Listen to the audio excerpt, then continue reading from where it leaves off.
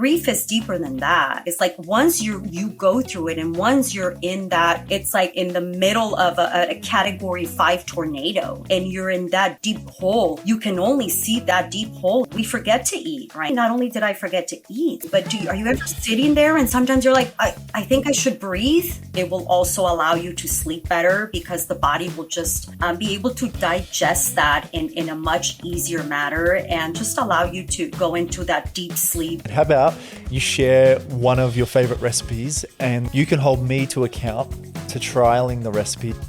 Amazing. Our brain needs energy. The brain's immediate source for energy is glucose, and it's intelligent. Your brain won't know the difference whether you're digging into a jug of ice cream. Your brain is not going to go, hey, you cheated me. It's just going to go, oh, wow, this is good. Hey, welcome back to another episode of Good Grief. Today we've got a special episode because we are joined by Elizabeth Daskalov over in Santa Monica, who is a certified nutritionist and counsellor.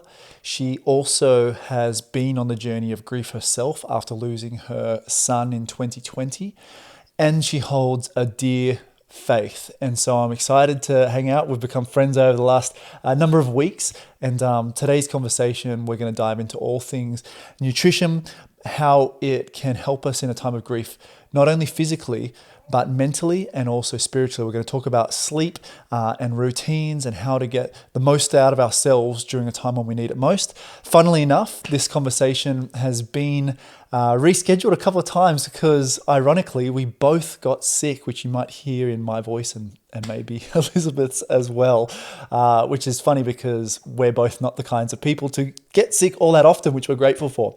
So Elizabeth, it's great to have you here. I'm grateful that you're feeling better. How are you, and welcome? Thank you. Thank you so much. I am so grateful to be here in this amazing space and just how it all came about and us connecting. Thank God I'm feeling better. I think needless to say, I hardly ever get sick. However, I've had my challenges and I'm just human in a human shell and just so excited to be here in your space and ready to dive into greatness. I am so passionate about what I do and just really being able to come into this community, which really has been one of my callings for quite a few years now. So just really excited to be able to dive in and kind of like tie some things in, which I believe are so important in this, realm, of course, of grief and bringing the nutritional aspect into all things. So excited. Totally. Thank you for sharing this space. You're welcome. And I'm someone who doesn't get sick either. And so both of our voices, people might hear there's a little bit left there, but it's just, I thought that was quite funny, but I'm glad that we've been able to make it happen. We've been hanging out online the way that all good friendships start these days. And we wanted to bring you in for a couple of reasons. Yes, the nutritional aspect, but you've also got a really personal, intimate experience with grief. You've got two wonderful boys, Gabrielle and Christian, and Gabrielle passed. And so I know that just yesterday on your side of the world was Mother's Day. So first of all, I just wanted to send all of our love to you. I know that is not an easy day at all. And what you put up on Insta was just beautiful. But could you please tell us about both your boys and also Gabrielle and his story? Well, thank you for allowing me to share, my boys and Gabriel in this case. So Gabriel was 24 when he passed, and Christian, the youngest now, is 25. So definitely a tough day, Mother's Day. It just never gets easy, and I don't think it ever will. It is emotional, and today, it takes a few days to recover, like post, like certain days, which are anniversaries, birthdays, Mother's Day, and all the certain events, of course, will always just dwell heavy in the heart. Like I said, Gabriel was 24 when he passed. Briefly, I'll explain a little bit about Gabriel in his condition. He suffered from anxiety, which I knew at some level how to help him with this condition. You know, Sure. he was suffering from it deeply for about a year. In a lighter matter, I knew he always had a little bit of anxiety. However, it was only a year before his passing, so at 23, that I learned that it was actually more grave than I ever even imagined. As a certified nutritionist, of course, also in the holistic realm of things, I tried to assist him in every way possible that I could through that path of just the holistic side of things. So we did everything from the foods, from the supplements, from lifestyle changes, from everything that I just knew would help him. And it did. It did. But little did I know that he was beyond that kind of help at that time. And, you know, one aspect of things where I don't want to deviate so much from the focus of today is, you know, the importance of people understanding that if you do need medication, if you do need to seek professional help, that's something that you should. No, I think that's a For great, me, yeah, I think that's great advice. So thank you for adding that in. yeah, for me personally, of course, my beliefs, my roots were really, really strong and always like, we can do everything together with family. We can do everything with love. We can do everything through food. Food heals. It's just bringing focus into the problem and we can heal it. However, again, just reiterating the importance of people really being able to seek the right treatment that they need. And I just Sure. really later on would like to shine a little bit more light on that. Yeah, we can touch on that for sure. Yeah, so Gabriel was definitely suffering from that, and I think it got a little out of hand for him when he didn't want to disappoint his family, his mom, as to really what he believed. He believed he was being weak for not understanding his illness. It was an illness, you know. It was something that he had no control over. So he started seeking alternative help, which was medication on the side. But this was not prescribed medication. So Sure. it was medication through friends. Sorry, it was never, Gabriel was not a drug addict. I do want to make that clear. It was more of medication through certain friends. And just, you know, young people nowadays have access to so many different ways of getting It's medication, true. unfortunately. Yeah, totally. So when I discovered how severe his condition was, we sought the professional help. And unfortunately, the medications crossed because at that point, he was taking his medication that was prescribed, but also other medication that he still believed needed. So the medication crossed, and at that point, unfortunately, he suffered from. We don't really know what happened to Gabriel, by the way, because he was an organ donor, and that's a whole other subject. But Okay. just to make that clear, he just stopped breathing, and Wow. it was due to the different medications, and he passed. He passed at 24. Wow.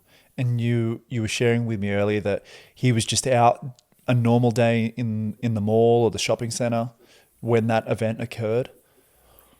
He had just taken medication just about an hour and a half earlier, but from the information that we have from the workers at the store, he was looking at some phones at a phone counter. He had gone there to get a phone, and he just, you know, they just saw him collapse. He was a tall, almost 6 foot young man, so he was really, really tall, and it was And a good really looking scary. man, I might say as well, from the photos that Thank I've seen. you. Thank No, you. We're so sorry. And to put this in time context, what year was that? Gabriel passed in 2020, the Okay, beginning of COVID era of 2020. sure. Thank you for sharing his story, and I'm sure we'll pull apart maybe parts of that as we jump in.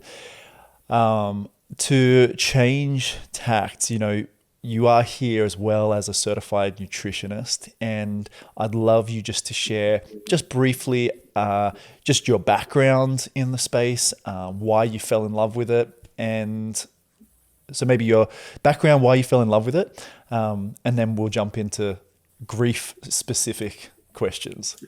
Yeah, of course. So I love nutrition. I love my background is I actually was going to become a chef. My passion for food was that from the kitchen, but then, of course, through school and understanding food science and everything that food is, from the chemical components to a food to an item as a whole.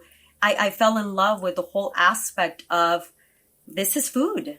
This is not only do we all gather together and does it make us happy, but the actual chemical component of a food has so much potential to heal us. That's So so good. I became more intrigued with just understanding what food is as a whole, as a component, and the healing aspect of it, the nourishing aspect of it, and again, how it just brings us together as a whole. I love that you said it brings us together and how it can make us happy. I have not, I must say, had so much Uber Eats in my life as we just have after having a baby. And like, it brings joy to me that food can be prepared by a wonderful restaurant and delivered to our home, hot and ready for us to eat. And whether that food is nutritious or not, don't judge. But you're right, it does. It brings us together. It provides all sorts of emotions when we think about all sorts of foods, chocolate and ice cream, but then also fruit and vegetables or home Yeah. cooked meals when we haven't had one in a while. What is the relationship between, I guess, a good nutritional diet and when we're going through grief? What is that relationship like? What stresses does that put on our body and our mind? Sure. Survival. It's very stressful, very different. So obviously, my background, my understanding, my practice as to what it is in my daily life. I'm going to just go back a little bit from also my clinical background as a certified nutritionist in assisting patients who undergo a medical clinical surgeries like plastic surgery, having a clear understanding of how food is going to assist them in that aspect of thing, right? So food assists plastic surgery? Absolutely. Wow. That's a whole different, Yeah, that's a different that's, podcast. it's a different podcast. It's very, very interesting, but it's aligned with how food heals. Sure. And even the most prominent plastic surgeons in Beverly Hills, I work for one, understands that aspect of making sure that a a um, a nutritional plan is built in pre and post surgery. So Fascinating. having that understanding and those kind of protocols that are being implemented in that aspect of a person's, healing path, healing journey into feeling better, all of a sudden, in being hit with this deep, deep grief in being in a survival mode as to how am I going to do this all of a sudden. I consider myself a person of faith. I consider myself a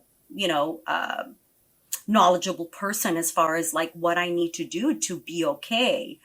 And given those foundations and that understanding, I did have an advantage, I feel, in understanding that. So making sure that I aligned at least certain immediate foods that would be more like immediate band-aid into covering my basics to be able to withstand what was coming every day. Every day is different with grief. And understanding that I had a responsibility to my body and to my mind, and that if I didn't, it will be devastating. And you're right. And not only just your own body and mind, but then you've still got a son and a husband and then wider, community and family and friends as well. So it starts with you, but then it also has wide ripple effects. What do you think some misconceptions are around nutrition and grief that you've heard or seen? So very interesting. One of the things that actually I'm very passionate about jumping into this kind of like an educational space is because there really isn't a lot of information to debate on or to really challenge, because it is grief is a stigma as a whole, because there isn't a lot of information as a whole.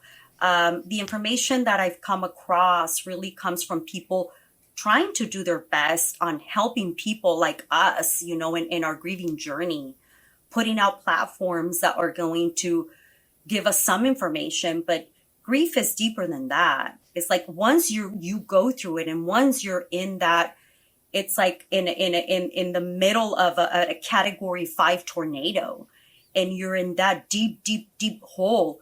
You can only see that deep hole, and that's all you really, really see. Coming out for air or grasping real, like rationale is at times almost unthinkable. We forget to eat, Ryan. We forget to at times, what had happened to me? Not only did I forget to eat, sometimes I would catch myself sitting there.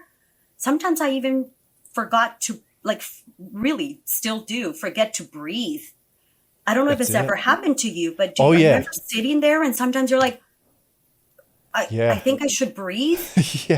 Yeah. Funny you say that. Like my mum at the time when my dad died, she would have that happen all the time. So much so that I was in a band, long story short, at that time, and we wrote a song called Breathe for that purpose. And I just remember saying to her, I'd hold her and I'd just say, just breathe, because you're right. You forget, all of those things go out the window.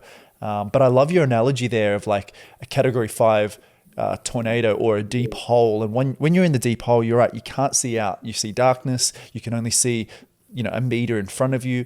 Light has disappeared. Even sound of people trying to help has gotten quiet. All of those things make so much sense in grief. I think that's a perfect illustration. Yeah, and it's all the devastation that it's causing on the outside. You don't really see it. You're so deep in there. But to kind of like answer your question, going back to it, is there isn't a lot of information, and so many times we get caught up in that. People mean well, people give advice, but it's really, really hard to many times put it to practice. First of all, many times we can't relate to others. Grief is really individual. It's so individual and it's so personal. And we really, many times it's just really difficult to relate to others, even though people do mean well. And so what is it then about grief that affects our hunger and our appetite? And it might not be grief, right? There are other things that affect us in life too that affect hunger and appetite. But I know in grief, like it's easy not to eat when that's what your body needs the most at that time. Why is our hunger maybe suppressed, or it's maybe not the top of our priority list? So we're emotional beings, and we can definitely go days without eating, and some people have, and some people do. I can't say that I ever did. That's true. I haven't thought about it that way. When you think about fasting, right? Yeah, it's not uncommon to fast, and it's not uncommon to fast for long periods of time. So I've gone without food for a week when I'm praying and fasting, but very different to what probably I experienced in grief, which I don't know how to put that into words. It's not by choice that maybe I didn't eat or went to bed hungry. Yeah, that's I guess what I'm trying to piece together in my head. The deep emotions will just have us, fall into that, again, going back to the analogy of a whole of just, we don't think of like self-care. We're not prioritizing our health or our well-being. We really don't even care to. All that comes to mind are emotions. And that's really what we focus on in the day is not even long enough to really grieve. Grief is those, especially those first few days, those weeks and months of, we don't want to be bothered. We don't want to move. We just want to think. And we're so deep into that aspect of grief, the thinking part. And with that comes so much blame, so much regret, all these emotions that are just so tied in together that we don't want interruption. And even if we don't even want to stop to go eat or even to go to the bathroom or anything, it's like self-torture. This is what I just need right now. Let me just torture myself some more. If I interrupt this moment of self-torture, it's going to just interrupt this path right now. I need to continue to mentally just let me just continue to self-torture. That's interesting. And it comes with more than anything. Of course, all grief is horrible, but with any kind of grief where there is a PTSD is even deeper, and you can definitely go even more days without that. Well, there definitely is, big difference. What you're saying is complicated grief versus what you might call a regular grief, for sure.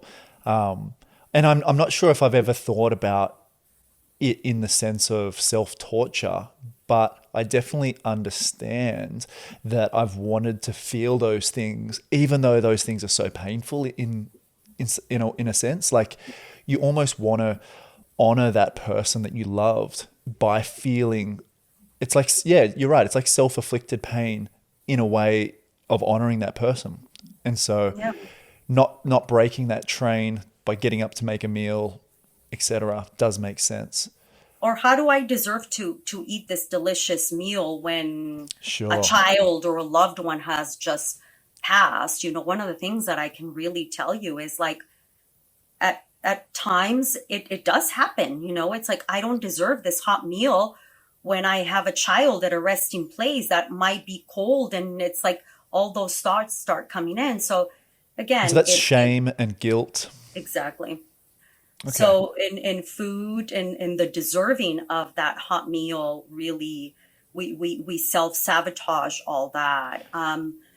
But So to follow that train of thought for a second, then, how then do we take steps towards shifting our mindset around a nice, hot, delicious meal or, a sweet dessert? How do we change that so we're not feeling like I shouldn't be treating myself or looking after myself because they're not here? Great question. And I think that, just like we always hear the saying that it takes a village to raise a child, right? We hear that saying. It's the same way. It takes a village to be able to put a child to rest. And that's when community needs to come together, because we cannot do it alone. Many times, sure, it takes a stronger husband or a stronger immediate family nucleus to really help each other. But it really does also take, neighbors, community to, here is what I made for you, please eat it. And honestly, at the beginning, it's all about baby steps. Baby steps as to what do we do first? Hydrate. At least start with drinking some water. Push yourself to hydrate. Again, you can go days without eating. However, it's important to baby steps. Start with hydration. Yeah, because we can't go 72 hours without water, I think. it's, I mean, for sure, it's you know? 72 hours, and it's different for everyone because it's like, what does that really mean? That's more of a broader thing because it's like we will start to feel headaches right away. We Totally. will start to feel all kinds of effects from dehydration. So those are almost immediate. But baby steps are important. Community assistance and love is so important. Being able to take those first steps into eating, feeding again, if you will, with just foods that are soulful. What is that?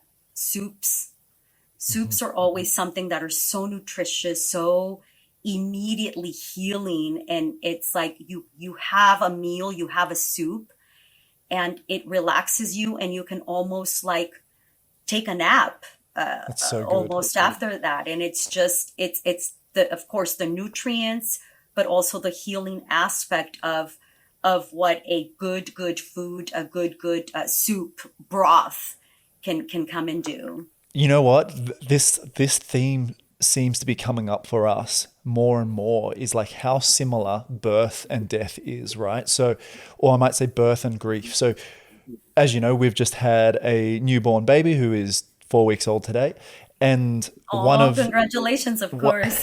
yeah, one of the things that people have shared with us or given to us is food, and the advice that we've had is to have healthy nutritional food, of course, but things that like warm the body, and so soups have been one of those for Kaylee's recovery. And so it's so interesting to hear you say the exact same thing on the other end of life when you're dealing with grief, a home cooked soup. And the thing I love about soups and those types of meals is that you can make lots of it. So it can last you Exactly. for lunches and dinners for a few days. So yeah, we've got some in the fridge right now. So I mean, that's so good. Yeah. And one of the things that I also love, and I still remember, is my mom cooking some stews, and remembering that scent of the different herbs that came together. It really awakens the appetite. So even if you're not hungry, all of a sudden, a lot the magic starts coming from the kitchen. All of a Yeah. sudden, it's like, okay, I found myself many times going about, and it's like, okay, so what are you cooking? And then, finding my way there through the scent, through the aromas, of course, of the magic of the different herbs and in foods. Side note, are you a fan of coriander, cilantro? Yes or no? I love all herbs, all spices, Oh, everything. so There's good. not one thing that I don't like. So All right, well, you absolutely. can eat at our house then. There's plenty of it. I think the other thing that's special about when you get to the stage when you potentially can cook again, is some pulling out some of those family recipes. And I know for Kaylee, with her mum passing, cooking some of her mum's favorite meals or her favorite meals of her mum has been such a great way to stay connected, to remember and honor her. And so I think, that might be further down the track, when you're in the black hole, maybe you're not ready to start cooking such sentimental meals. But in time, if that person that you lost did make, an amazing, I don't know, mud cake or an incredible stew. You can see how I went sugar there first, right? Because I've got a sweet tooth. But those things matter, and they can be really personal. Well, yeah, of course. And that comes along. People talk about like the different stages of grief. I'm still kind of navigating in the, of course, there are different stages. I don't necessarily believe in numbering them Yeah, in same that with us. That's order, right. because then it makes other people feel inadequate if they're not up to, like, well, I'm supposed to be at, stage five. Why am I at stage one? And this has been year two. So I don't believe in that. However, I do believe in advancing and being strengthened, and not always being in that deep same grief at the, always. So I definitely support that. But the first few days of just being able to survive through the community, through family, is so important. And this is for everyone. I hope this podcast reaches everyone, not just the people in immediate need, but the Yeah, community we've of got plenty of people that are supporting grievers that listen in as well. exactly. So it's Yeah. important everybody to tune in and really let's come together as a community, help the neighbor that is in that great need. Later on, the And nutrition. yeah, sorry to cut you off. I mean, for the person who's listening who's grieving, a simple text that you might send to a family member or a neighbor, etc., is that you might just say, "Hey, I can't cook right now because of what I'm going through. Would it be okay for you to cook a stew and bring it around?" Okay, so you might send that message out. If you're supporting someone in grief, you might just message or call them and just say, "Hey, what day this week, Monday, Tuesday, Wednesday, would be best for me to bring a hot meal around for you?" Okay, and just make those decisions really easy for the person going through grief. And that way you can either ask for help or give help. And that's the community. There's an old ancient proverb. I don't know if it's African or not, but it says, "If you want to go fast, go alone. If you want to go far, go together."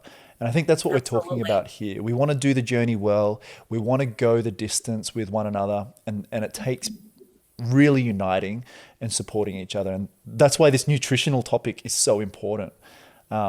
What's the relationship that you've seen between, we know that gut health and mental health is really important. Yes. How can we, I guess, gut health is a massive topic. That's podcasts worth in and of itself. But how can we sort of better that connection? We've talked about stews. Are they something that's going to be helpful for our gut? Is there any other things there we can include, supplements, etc.? Absolutely. Nutrition as a whole is just such a great topic because it's so much to learn from, but so absolutely. The gut connection, how do we support that aspect of our body healing, of supporting our body and strengthen it, so important. Our neurotransmitters are created in our gut. So it's important to support our gut also for immune health, our immune system.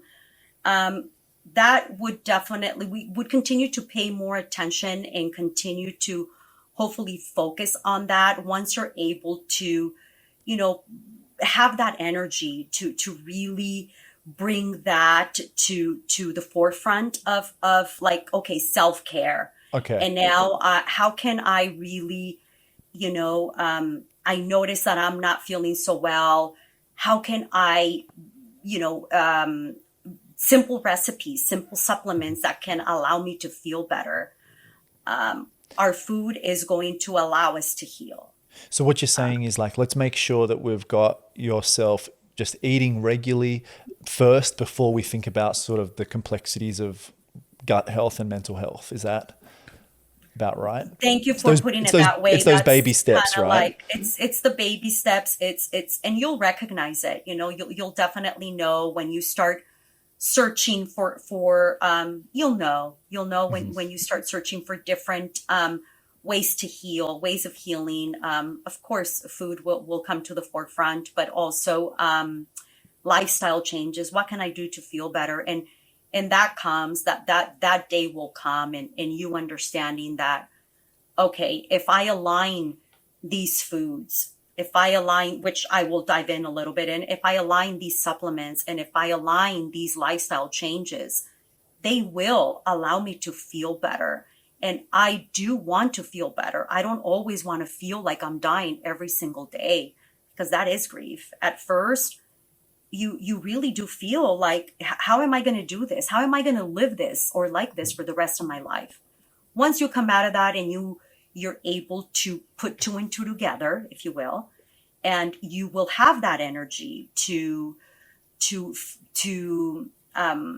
want to create recipes, to want to understand how do I get there, you will.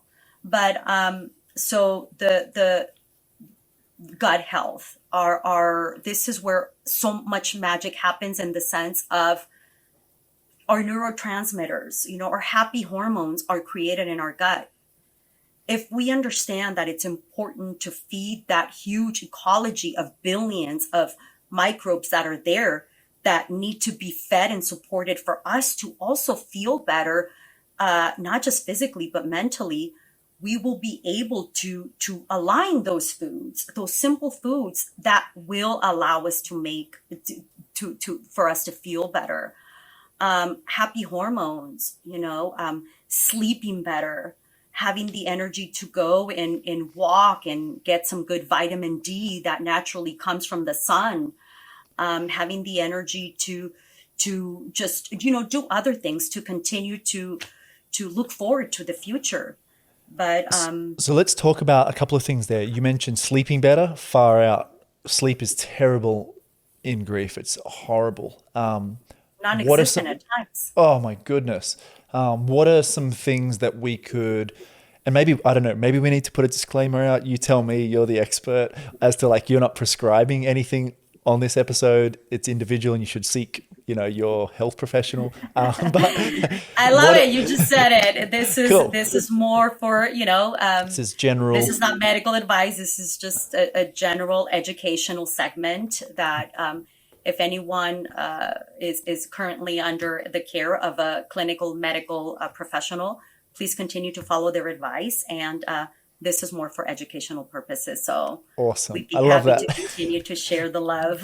We tick the box. Okay. So talking about sleep, what are some things that you might use or, drink or eat before sleep to help you? So there are a couple of different things, but one of the things that I just absolutely love, and this works for everyone and it's immediate, practice the yawn therapy. Ooh, When you tell us more start about the yawn yawning, therapy.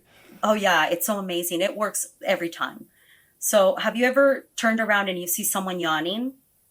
Yes. It My makes you baby, my immediately baby want makes to me yawn. yawn. Yeah. Exactly. So, yawning therapy, it works, but we can definitely, induce that ourselves. Practice a couple of yawns, and then all of a sudden they just come natural. And then you just all of a sudden start to get into that space of like, okay, I think I'm, ready to go sleep. Okay, That that's is the so yawning good. therapy. On that, so yawn therapy, um, there is also, I nearly lost my train of thought, sigh therapy as well. So letting out a deep sigh Yeah, and like, I'm definitely not, the breathing, the sign and the breathing, like all those like come together and it's like the body working into even like different moans. But I don't want to get sidetracked because I no, that's all find right. myself that there's Yeah, so much goodness to talk about. But this is great. Okay, so yawn therapy so before bed. And then what about foods and drinks or foods and supplements? supplements. Number one, a great supplement would definitely be magnesium.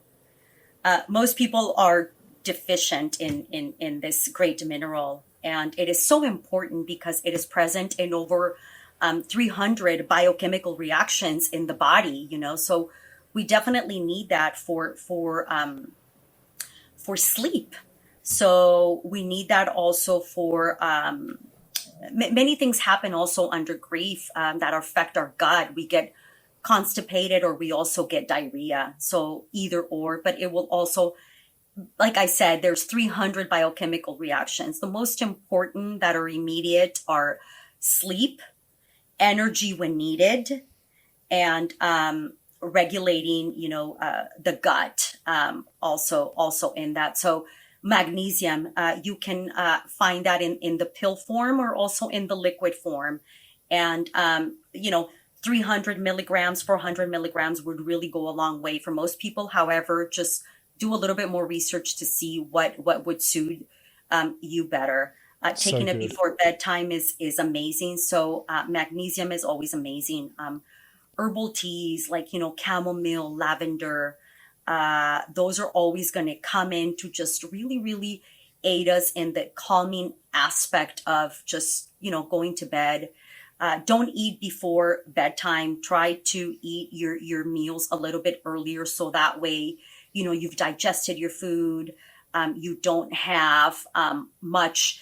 The energy that your body's outputting is more than anything just enough for preparing you for bed at that point. And So what's a little bit of time? Is that like 30 minutes? Is that an hour? Is that 90 couple minutes? hours, Okay, a couple hours. Cool. couple of hours before. It's usually, it's different for everyone. It's usually it's different for, young people, for mid-age people, and it's definitely different for older people. So Okay. a couple hours is like a good ballpark for that. A nice cup of hot bone broth. It's so Right. soothing. It's so aligned with, repairing our gut, but also it's healing, for, body and mind and our soul. Of course, it's always one of the great things. But also, just aligned with everything. I keep saying soups, but soup is one of the best things also for us in general, for everyone. Having just a nice soup and a nice little salad just for dinner, it will also allow you to sleep better, because the body will just be able to digest that in a much easier manner, and just allow you to go into that deep sleep that many times it's just difficult to. Basically, Yeah. what I'm trying to tell you is that it's a lot different digesting a hamburger with French fries, which Yeah. can definitely be comforting, than Yeah. digesting, a light meal such as a light soup with a salad. So good. Oh, this is amazing. So I'm just taking notes here because this is all relevant to me right now. So thank you. Um, what about on the other side? Unless there were some other things that you had there for sleep, I'd love to talk about the morning, waking up, getting started for the day. So were there anything, did you have anything left to finish off on sleep, or should we flick to the morning? There's so much I can talk about sleep. My hope is that we get a chance. Like, this is more of like a just really We're scratching the recap of surface, everything, right? scratching the surface of everything that we can talk about and navigate through. It's really a lot of information. I definitely want to bring in some attention to the importance of the waking aspect also of things, and filling our mornings with energy, and the energy that comes through foods, of course, is really important. And one of the things that I found that really worked for myself were meals in a liquid form, Okay. shakes. Shakes are really a saving grace for most people. Anyone that is currently right now. If you are always in a rush, what do people go to? Shakes. But especially under certain circumstances in life, bringing in a nutritious shake. Why are shakes important, and why do they work? Because you can load up in a blender all the nutrients that you need and just take less than 5 minutes to drink it. It's no excuse. That's why it works. No excuse. So good, no excuse. Okay, so my thing with shakes, I need to be prepared in advance. I need to have bought and have the ingredients ready, and then I know that I'm good to go. But generally, those first two steps don't happen. Have you got any best practices or like hacks that we can get better prepared? And secondly, I know that there are different powders that people might add to shakes as well to really juice them up. Like, yeah, can you talk to those? Yeah, of course. And later we can definitely talk about sharing some recipes that can, people can come back and just kind of research those recipes in a little bit more in detail. But it's all about, just to be honest, we get into a habit. Once you start getting into a habit, just like with everything else, you would learn to love to make those shakes, and you'll love to enjoy those shakes as well, because there's some amazing quick and easy recipes. And by the way, I do want to say that the way I practice nutrition is that I like to make things simple, not complicated. Because if you're really going to be using complicated recipes, or where there's just too many ingredients and too many ways to go about it, it's easy to drop out of following a certain protocol, just like it is with life in general. So I like to simplify things. Super And good. yeah, it's important. It's important in all aspects of things. So let's simplify things in ways that are going to allow you to make those changes and adhere to those changes, and then make them your own. I can give you a recipe, then you learn to change it and make it your own, and all of a sudden you made an amazing a protein shake that you can Okay. just say, "Wow, I made this All better right. than So, you, Elizabeth." so let's do this then. How about you share one of your favorite recipes, and you can hold me to account to trialing the recipe in the next week before this podcast comes out. How's that sound? Amazing. All right. So Yeah. hit me. What do we got? What am I going to be making? So one of the best tasting ones, obviously, it's all about the flavors, the immediate flavors, right? What comes into the tongue that is going to make me like this even more? What hits the tongue, the flavor first? I love bananas. I really do. And you'll hear all about the different why not, but let's stick to the why yes. Cool. Bananas are filled with nutrients, energy. Our brain needs energy. Why do we crave sugar when we're grieving or when we're tired? Because the brain's immediate source for energy is glucose, and it's intelligent. It will want to, it craves all that. Except all the glucose, the sugars need to come in, or it's recommended that it comes in from complex carbohydrates. And bananas, fruits is the best source. So let's stick to that, right? So Chunky Monkey, I love What's Chunky that Monkey? shake. Is So that a well-known shake that I don't know about? well, Chunky Monkey is a very famous ice cream. It's an Okay. ice cream flavor. You've got It's me an at ice ice cream cream. brand. Yeah. But making it into a delicious protein shake, your brain won't know the difference whether you're digging into a jug of ice cream or you're actually having a nutritious shake. Your brain just craved the Chunky Monkey. You're going to give it the version that you believe is good, and your brain is not going to go, "Hey, you cheated me." It's just going to go, "Oh, wow, this is good." All right. I'm in. So So I need add bananas, which I think I've got.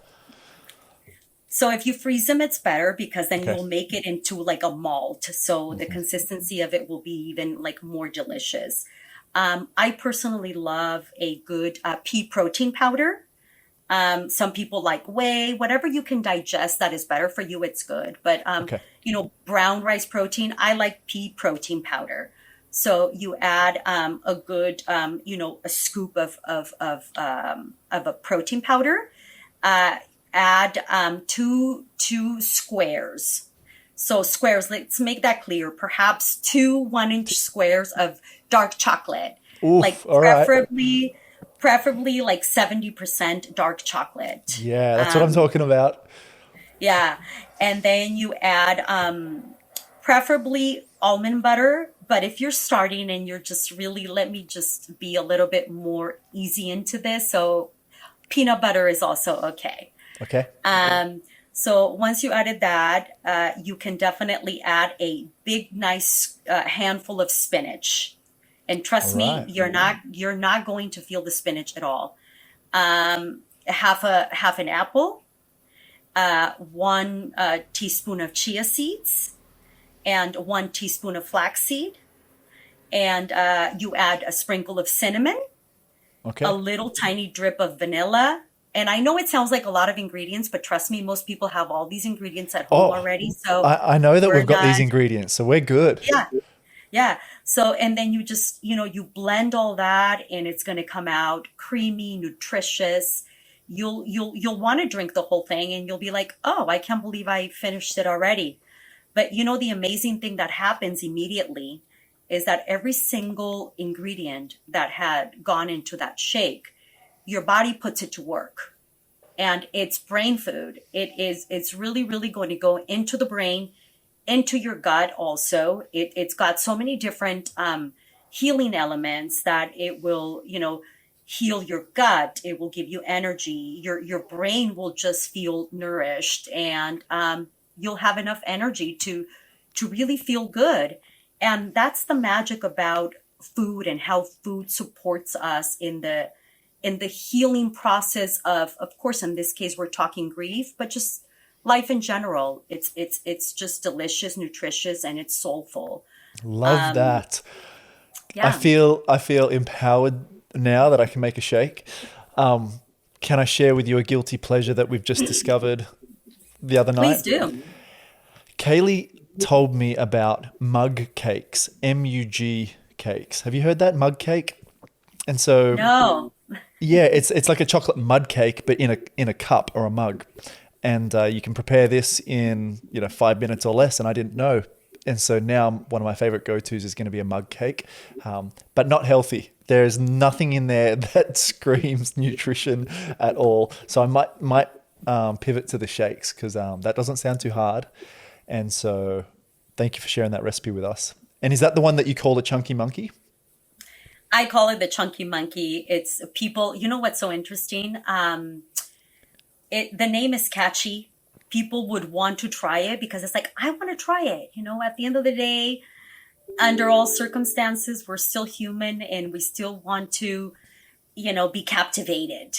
Yeah, It's like no matter how much we're going through, it's like some things will catch our attention, and names are important, ingredients are important, and at the end of the day, we still want people to feel curious and want to try it and that's experience great. those things. So there's many different aspects that will go into a person being motivated and push themselves Oh, into trying something. So yeah. so good. So I want to know now from our listeners who's tried the chunky monkey after this episode. So make sure you write in or comment wherever you're watching this and let us know. That'd be epic. We touched on supplements there, and I know we're bouncing around, but that's how my brain works. Supplements, we talked about magnesium before bed. Is there anything else you would take through the day or mix in with water?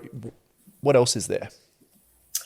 So supplementation. So going back to the shake, one of the reasons why I love the shake is because it's definitely a great way to supplement. And one of the things that we really do need in order to support our system, our body, is protein. Our bodies break down every day, regardless of if you're going through grief or loss or whatever. Our bodies naturally break down every single day. So what's the body's job daily is to repair itself. And the building block is protein. So protein is an important supplement, whether you are ingesting it through, animal or plant protein, but definitely quick fix is a scoop of protein. It's definitely my number one to go to always is protein. That's a great supplement and it's so needed. Supplement in the sense of, pills, of course, to support our gut health. I really do support also probiotics. It's really, really important to continue to support that ecology that is going to continue to support our mind, our happy hormones, our immune system. So much is happening there. And just with a simple habit of including probiotics and kefir are really going to be able to elevate our wellness in that aspect. And so I'm familiar with probiotics. What was the second one you mentioned there? Kefir? Kefir, it's like it's a little bit different than a yogurt. It is. I know that there's certain things that you can find in certain countries, and other countries you cannot. Sure. You've never heard of kefir before? I haven't, and I don't know if that's a common thing or I'm just not as educated in that space. It's kind of hard to explain in the sense of not. I would not know how to explain it well. Let's just be honest. Okay, how do you spell it so that I can Google it later? It's KEIFER. I want to say Okay, kefir. all right, that'll get me close. Cool. Don't quote me, people. I'm just. That's I all think right. that's how you spell it. I just drink it. I don't look at it. That's totally cool. That's totally cool. How so a couple of things there. So I love that protein. We've talked about magnesium, protein, which is great. Probiotics, kefir. Anything else there that hasn't been mentioned or that you'd like to touch on? Yes, B vitamins. All the B vitamins are so important. If you can get in a real good,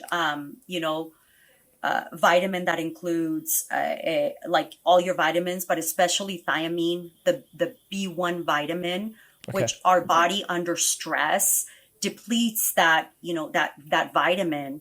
It's so important to include that. And that also comes like in a nutritional yeast form, or also just in a vitamin supplement form. One of the things that I also believe that it's important for people to know is if at any stage, but especially in the early stages of grief and loss, is don't shy away from going and getting a good vitamin drip. If you have access to like a wellness center, or access to anyone that can assist you with that. I don't know, in Australia, if you have access to like, home nurses that will come in Sure. Yeah, I've never heard of it, getting a home vitamin drip. it's so important because it will immediately assist you. Like you will feel the great Wow. difference between, um, you know, uh, not getting all the nutrients, but all of a sudden they're hydrating, and they nourish the body, and they're immediate. You will definitely feel yourself like you're just more energetic, and you'll be able to just feel better and be able to go about your day. That is the great difference, Ryan, between the way we handle grief when we are depleted in all nutrients, and just we just want to be in a fetal position, roll in a ball, and not have any energy. There are two different things that are happening. Number one, that's the mental emotional part of or aspect of grief, but that is also a depleted body from nutrients, that you just don't have the energy. And it's like us understanding that aspect of the differentiating the difference between the two. That grief doesn't just come from us feeling the emotional pain, but it's also the body. The body can't grieve. Even to cry, even to make tears, we need that energy. We need certain nutrients that go into that. So let's pay a little bit more attention that even to grief, we need nutrients. I That think is I just so made that good. up. That is great. Yeah, that is phenomenal. Pause the tape, rewind it back, play that again. That's amazing. And you're right. And like, I've never thought about it like that. The fetal position, like we just don't have the energy to get up. And that's why it's easy to stay in bed. It's hard to get up. It's hard to get up Absolutely. off the couch because the energy's not there. Wow. I'm just like reliving all of my early grief at the moment and thinking about how probably poor my nutrition was then, when it was easier to go for the burger and fries, versus something home cooked. And how can we better our relationship with nutritional food from a habit standpoint?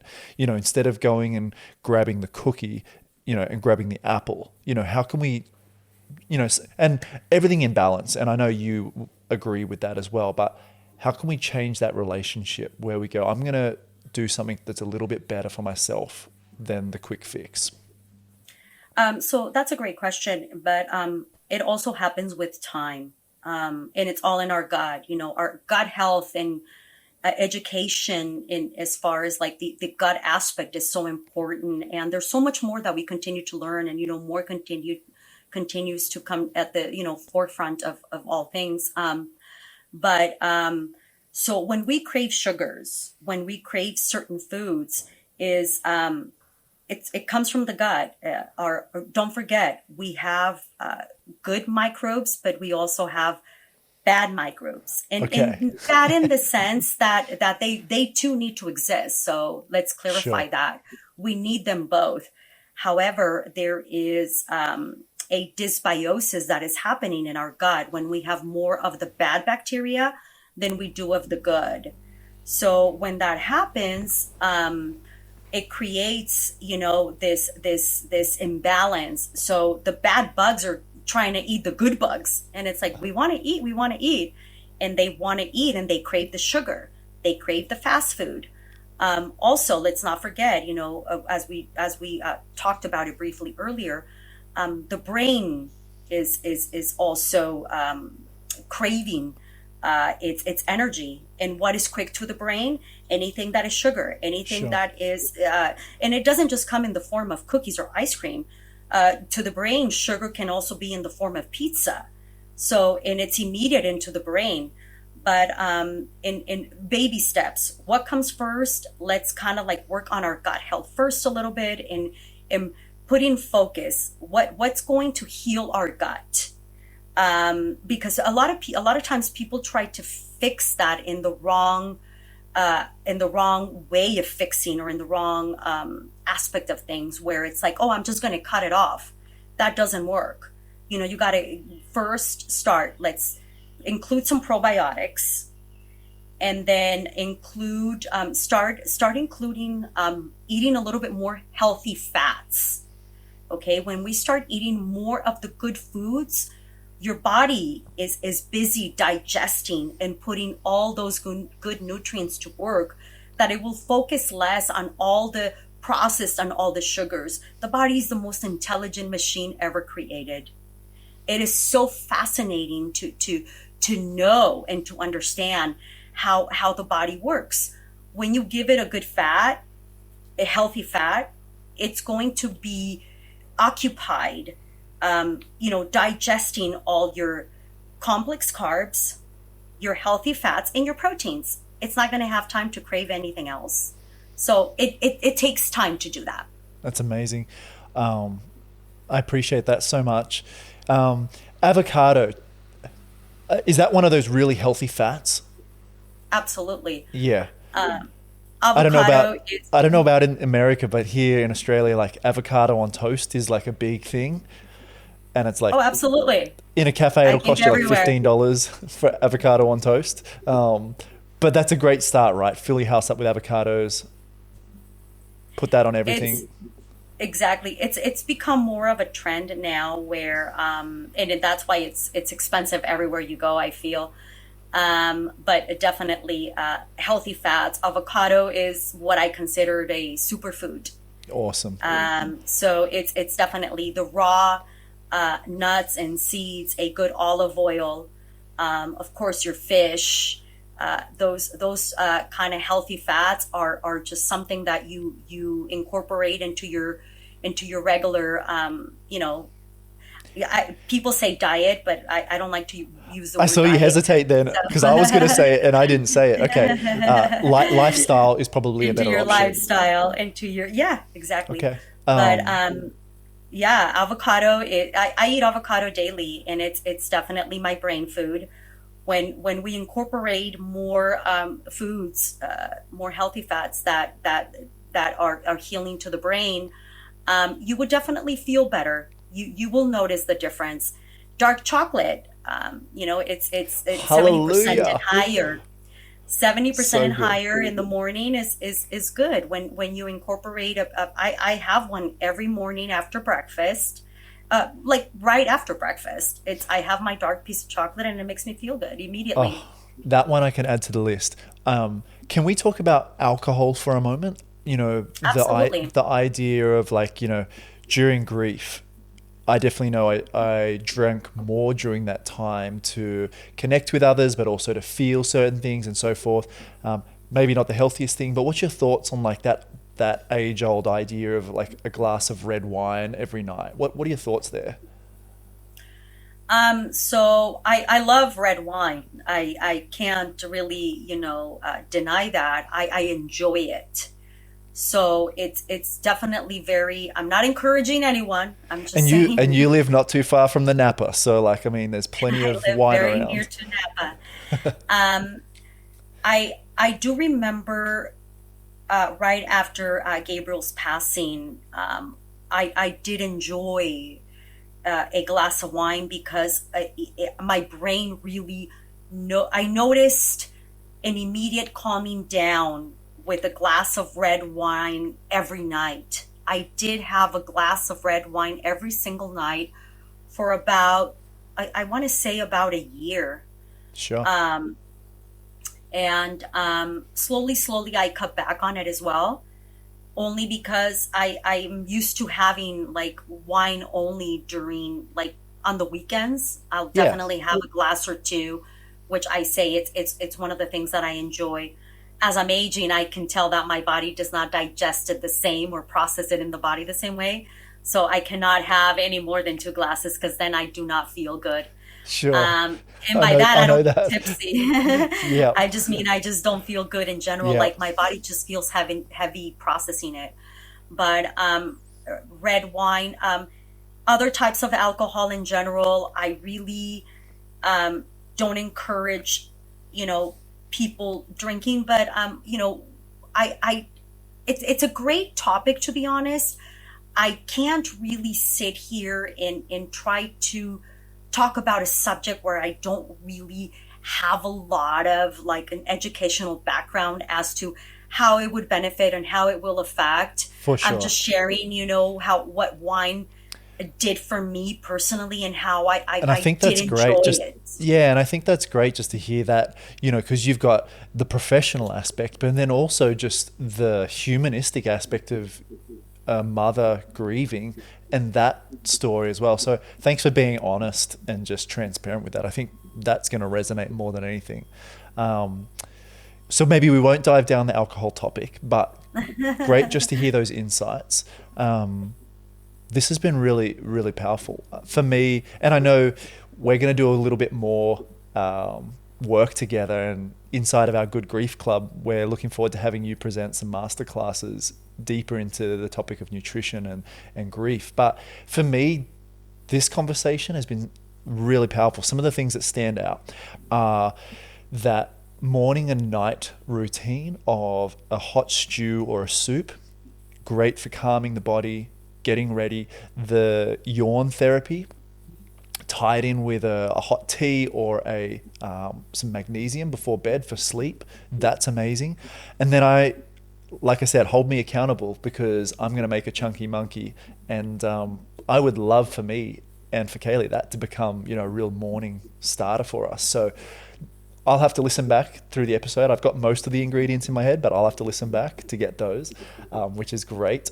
And then I think your concept of time and not trying to do everything at all at once for your nutrition, but just to start small and progress, and your body will know as you do. I think that's a real holistic view that I've taken away from this. So I want to say thank you. This is going to touch and bless a lot of people. Is there anything we haven't really touched on that you wish I had asked or that you wanted to share? We've talked a lot about so many different things, and it's been such a joy just talking a little bit about so many different aspects of just nutrition and healing and supporting our bodies and our minds and our souls. And I think we really did have a great conversation. And I just want an opportunity to just remind everyone that baby steps are really, really important.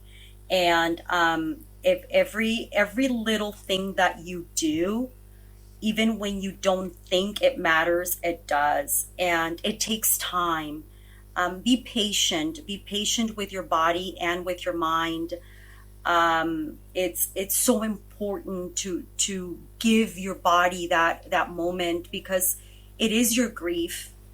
And even though it is like a devastating period that your body and your mind are going through, just really find it in your soul to just be really, really patient with yourself.